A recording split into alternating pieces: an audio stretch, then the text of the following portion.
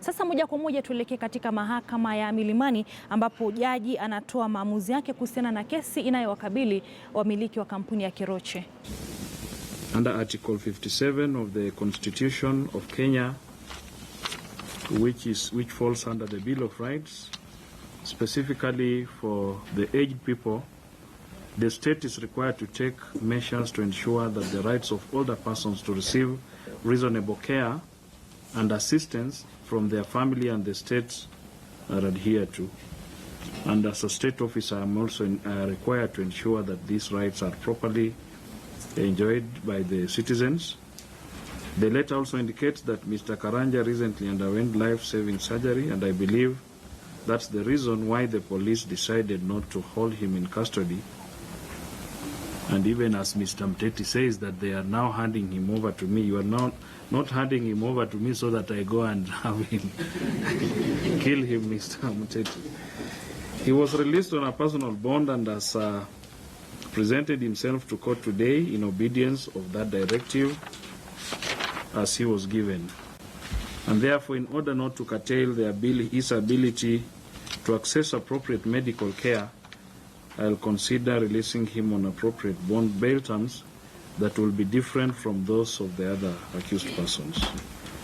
The state has indicated through learned counsel Mr. Mteti that indeed there could be a tax dispute between the Kenya Revenue Authority and the accused persons. That would mean then to any ordinary person that the magnitude of the tax claimed in the charge sheets may not be as indicated. The court also takes into account the fact that payment of taxes is an obligation on every adult citizen who has an income. It is therefore a shared obligation among all citizens. It is an issue of public interest for that matter when it is alleged that one or the other of the citizen has failed to meet their tax obligations, and I'm using the word when it is alleged here. I note from the submissions that the accused persons are investors in the country. Now, there has not been given any reason to think that they can abscond these proceedings. The need to deposit their passports in courts, however, would be partly born out of the fact that not that they are going to abscond, but that they will be available to attend court at the time appointed by the court, so that the court does not have to wait for them whenever they have traveled out of the country. It simply means that when they wish to travel, they'll have to notify the court to ensure that their travels will not coincide with the time they are required to attend court, and therefore cause inconvenience or delay in the proceedings. In the circumstances of this case, therefore, taking into account the gravity of the charges, the attendant penalties, the condition of the second accused person, the public interest in the matter, and the fact that there is a dispute over the tax payable, I'll grant the following bond bail terms. For the second accused person, he may be released on a bond of Kenya shillings 5 million with one surety of a like sum or a cash bail of Kenya shillings 2 million. He is, however, given a period of 7 days within which to deposit the money in court, given his condition. So he has to pay the money between today and within 7 days.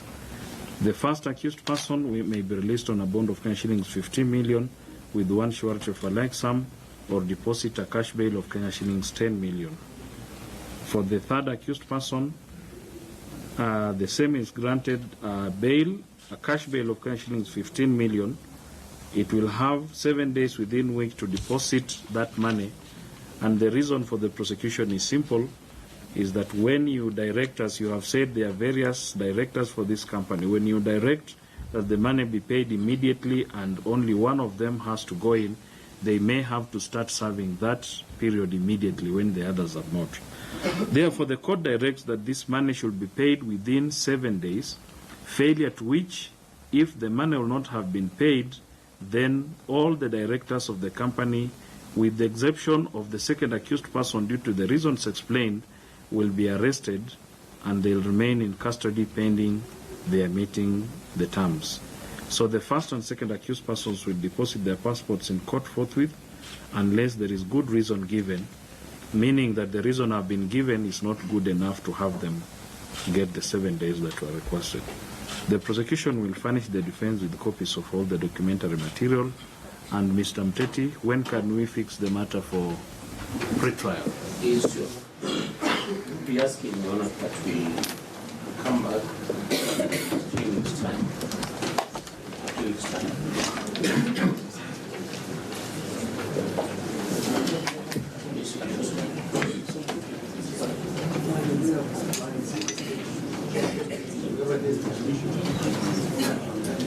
So we have the usual mention after 2 weeks, Yes, sir. but I'm looking at you giving us a very, very appropriate date for pre-trial, when you will have supplied all the documents.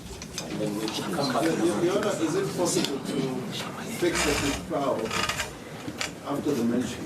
We'll confirm we have the statements, and now we are ready for a trial. Okay. So that we take a date, a firm date, instead of taking 2 days before confirmation of the receipt of all statements. So Mr. Mteti, post office 1 month Yes, okay. for pre-trial.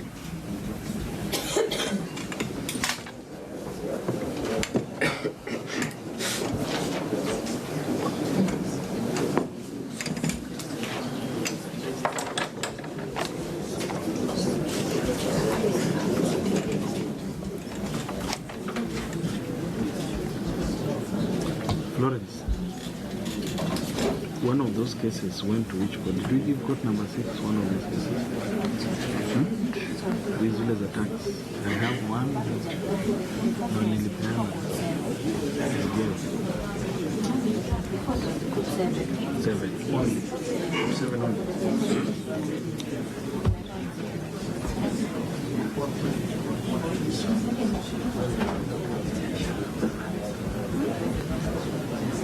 So, normal mention.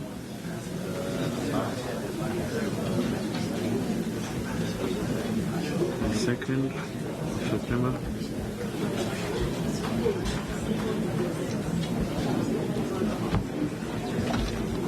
Trial.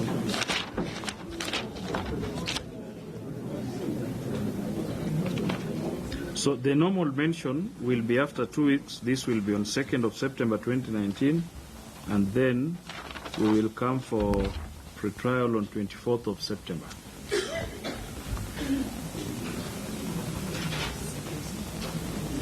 Mention 2nd September, that is the after 2 weeks. We usually do it on the earliest Monday.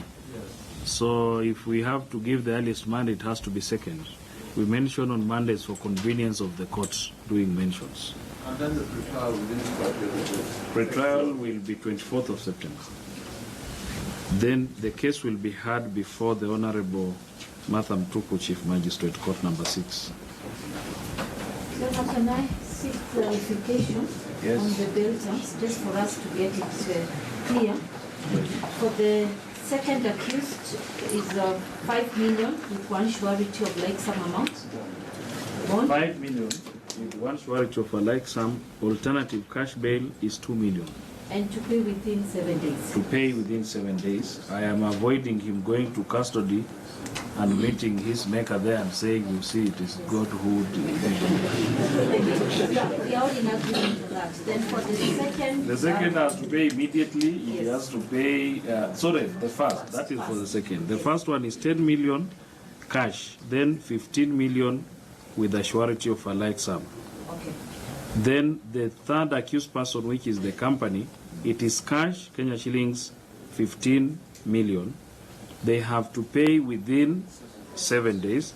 You said there are more directors. Mr. Mteti said there are 4 more. Yes. If this money is not paid within 7 days, all of them, including the first accused person, but except the second, will be arrested and held in custody after 7 days. Thank you. And the passports to be deposited Yes, immediately immediately, yes. before release. Yes, they have to deposit. So hearing before court number 6. We can then exit. We have other cases.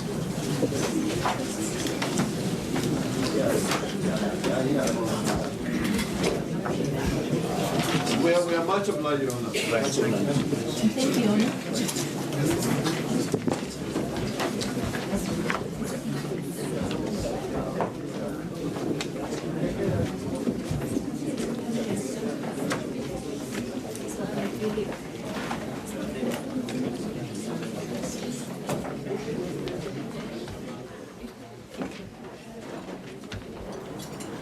Naam, hizo ni picha za moja kwa moja kutoka mahakama ya Milimani. Bila shaka sasa ni nafuu kwa Tabitha Karanja pamoja na mume wake Joseph Karanja ambao angalau wameachiliwa kwa dhamana ya shilingi milioni 15, ambapo ni Tabitha Karanja au mdhamini wa kiasi cha shilingi milioni 10, na vilevile tuko na mume wake Joseph Karanja ambaye kutokana na kujitetea kwa wakili wao kwamba hali yake ya afya pengine imruhusu apewe dhamana ama achiliwe, bila shaka yeye ameweza kuachiliwa kwa dhamana ya shilingi milioni 5. Kumbuka Francis Andai ambaye ndiye hakimu aliyekuwa akitoa maamuzi hayo ameweza kuwataka wawili hao ama washukiwa hao kuweza kulipa kiasi cha fedha hizo kwa kipindi cha siku 7, akisema kwamba iwapo hawatalipa fedha hizo basi watakuwa wakikamatwa ama wataweza kutiwa mbaroni. Na vilevile amesisitiza kwamba kesi hiyo itakuja kutajwa tarehe 2 mwezi wa Septemba ama mwezi ujao, na kisha mashtaka kama kesi yenyewe kuanza